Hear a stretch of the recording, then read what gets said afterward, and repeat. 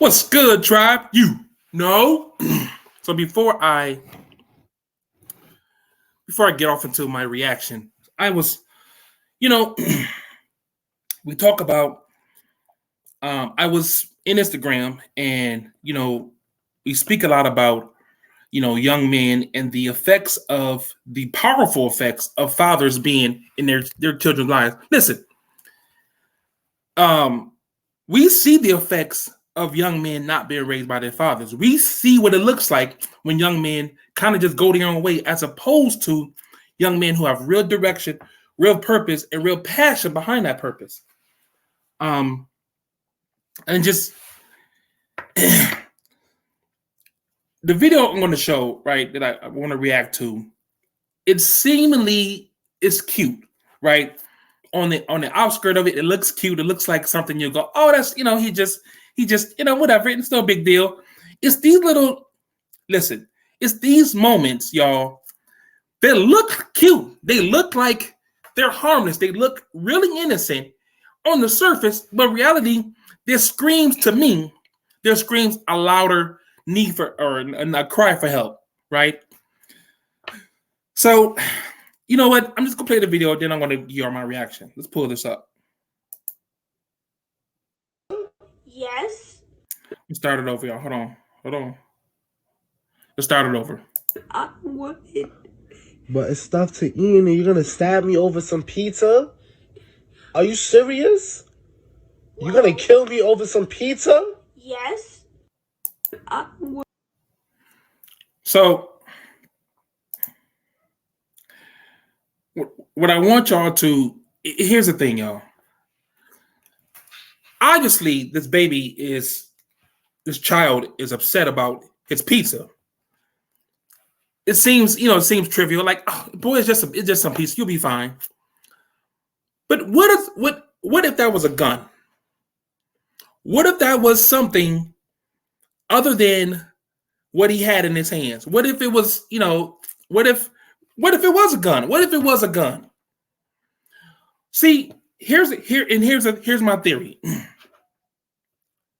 If it was a gun, right, it would take a considerable amount, it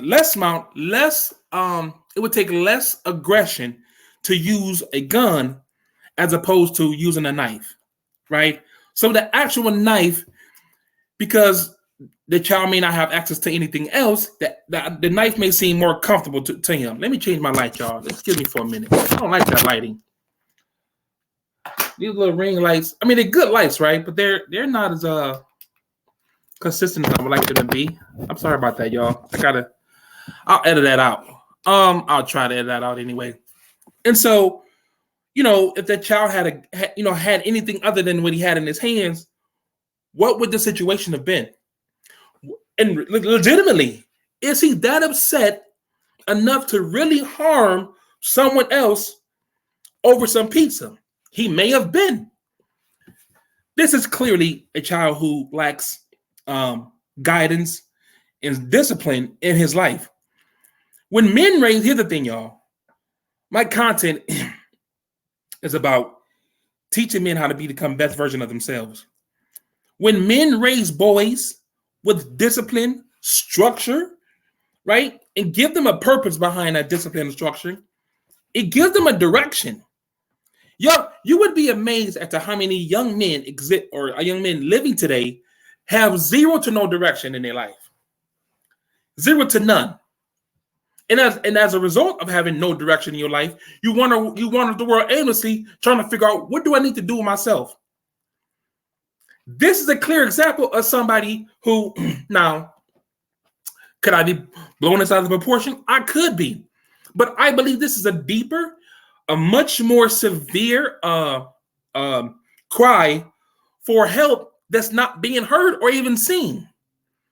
Girl, that boy was standing up and, boy, he just mad because you ate his pizza. Why you eat his pizza? Never mind the fact that the baby thought it was okay enough to threaten someone else's life with a knife. Let's not talk about that. Now, if you show this video to any psychiatrist, psychologist, anybody, any child development, anybody, they would tell you this is a clear cry for help. I'm not even, look, I have a zero license when it comes to child development. Zero. But damn it, I know what trauma look like, and I know a child who's living with trauma, who's not being heard, looks like. I know what that looks like. So when I see these videos, I know y'all watch these videos, you go, oh, he just, let's one more time. Let's go. But it's stuff to eat, and you're gonna stab me over some pizza? Are you serious?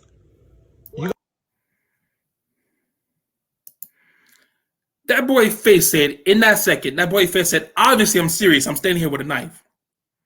Listen, man. Listen, I get it. This is supposed to be cute. I understand it should be somebody that's, it should be like, but there's a deeper thing here that's not being addressed.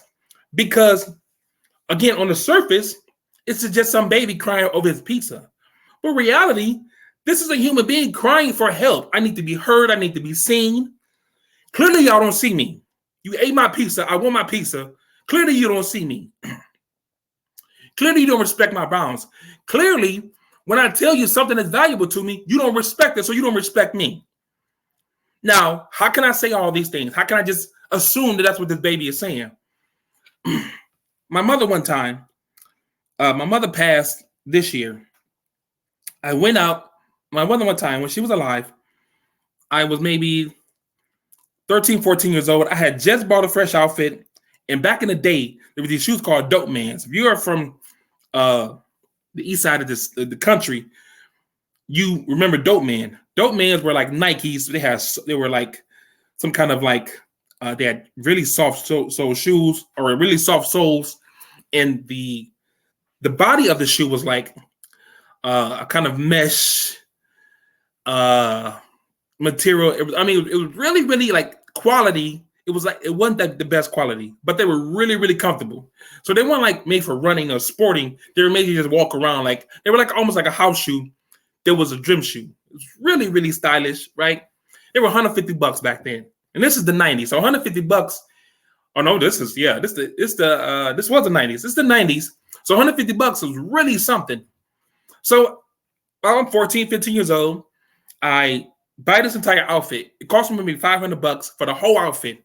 I bust my ass for weeks to come up with this money. And I had an honest job. I had an actual job, y'all. And so I had a party I was going to. It was a Friday night. And I'm like, you know what? I'm finna hop in the shower, get myself all fresh and clean, and I'm finna go to this party. And before that point, I had never been to a party before. And I still didn't make it to the party. So I got my clothes, and what I did was what my dad does. My dad always put his clothes, not his suit clothes, because his suit clothes stayed in the room if he took a shower. But when he left the shower, right, typically he had someone on his body. But when he would do like his dress down clothes, right, he would bring his clothes to the bathroom with him. So I thought I'd do what my dad did. I'm like, you know what? That's what I'll do. I take my clothes, I fold them up, put them on the back of the toilet. My shoes and socks, and I had a brand new bottle of cologne I bought. When I told y'all I spent money on this outfit, I really did. Excuse me, y'all. I said, you know what? I want to look good. I want to smell good. So I actually went out and actually, did this for myself. So I go tell my homeboy who stayed literally around the corner from me. I said, listen, man, when are we leaving? He said, look, you got to be ready in about an hour. We're going to go because it was an hour drive to where we're going to go. He was like, we're going to leave in an hour. Take us an hour to get there. And we're staying there. I'm staying at his cousin's house. That was the plan anyway. So I'm like, all right, bet. And we chopping it up. I figure I got some time, right? And it will take me an hour to get ready. I'm just going to hop in the shower, clean myself up, get myself ready. It ain't going to take an hour. So we chopping it up, and I go back to the house, and I know what I did with my shirt, pants, t-shirt, shoes, underwear, socks. All this is folded up nice and neat on my bed, or the pants and shirt and the underwear were in the bathroom on top of the toilet, back of the toilet.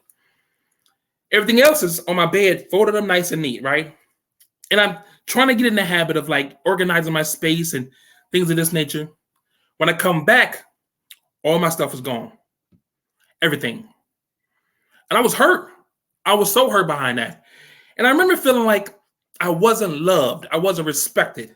So instead of my mom telling me, hey, I sold your stuff, she lied about it. Lied to my face about it, right? And so, I'm young, so I don't know, that my mother actually sold my clothes for crack. I don't know that for sure.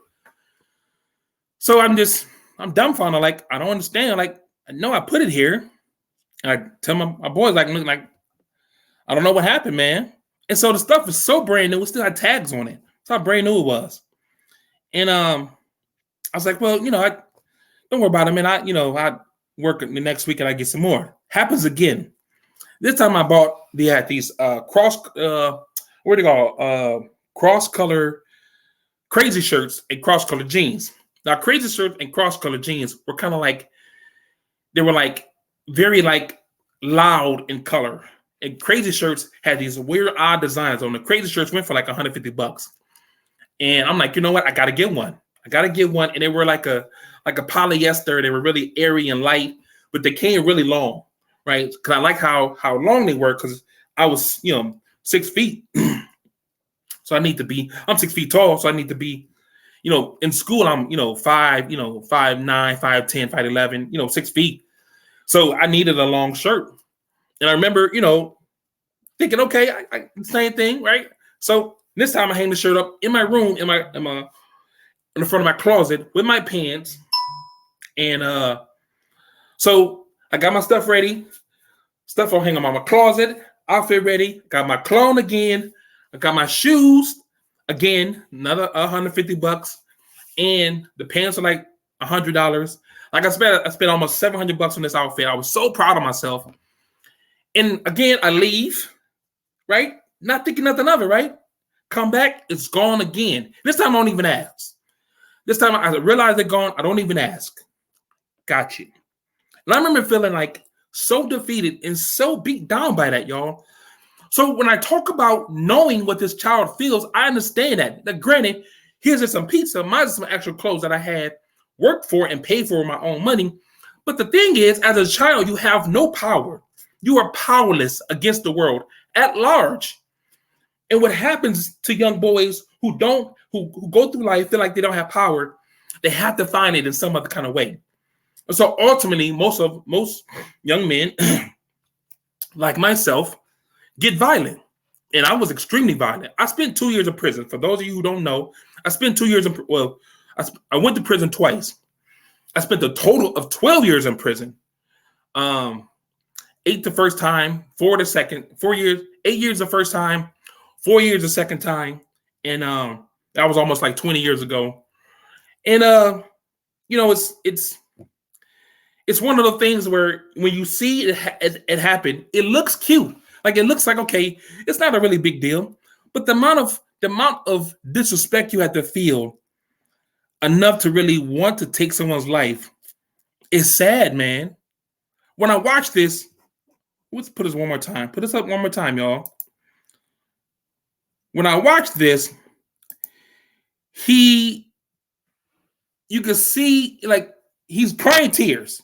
So he's really upset. Now, he may be, and shout out to my man Derek Grace. Derek Grace 2 on Instagram. If y'all follow him on Instagram, man's fantastic with his information. So shout out to Derek Grace. But Derek Grace is actually the one who posted the video, and I took it from Instagram. But clearly you can see this young man has like he's really crying, like there's real tears on this man's face. Now, am I overdoing it? Maybe. But I see pain. I actually see hurt in this young boy's face. And while it looks harmless, it looks, like, oh, he's just upset about, it's just pizza. He really felt disrespected. And we have to give credence to those kind of things. We have to give attention to those kind of things because they matter. They mean something. They really do. I again, I don't have any degrees at all relative to child development, but I myself have been through the system for the better part of maybe 20 years of my life, just destroying my future in the beginning, trying to fix it up, in the middle. And now I'm like at square one, right? I should have been doing this, what I'm doing now, 40 some years ago, but not having direction, not having purpose, not having drive or discipline even to push me in that direction. I had to find my own way. And I literally, young boys who don't have that become versions of me, different versions of me, literally. Children I only have one child biologically, child out of wedlock, more likely to go to prison, extremely violent, uneducated, just full of anger, have all these things going on, and no one's saying, hey, it's okay to have this. Let me help you. And then going through life and then realizing that by the time I'm 60, people are like, you know what? You probably shouldn't have done that. How come I couldn't hear this when I was younger? We don't value, especially Black culture, we don't value, we don't value education. We don't value things that are going to empower, especially our young boys, to be the best version of themselves. We don't value those things. Oh, he'll figure it out. He'll figure it out. There's no such thing. There is no such thing.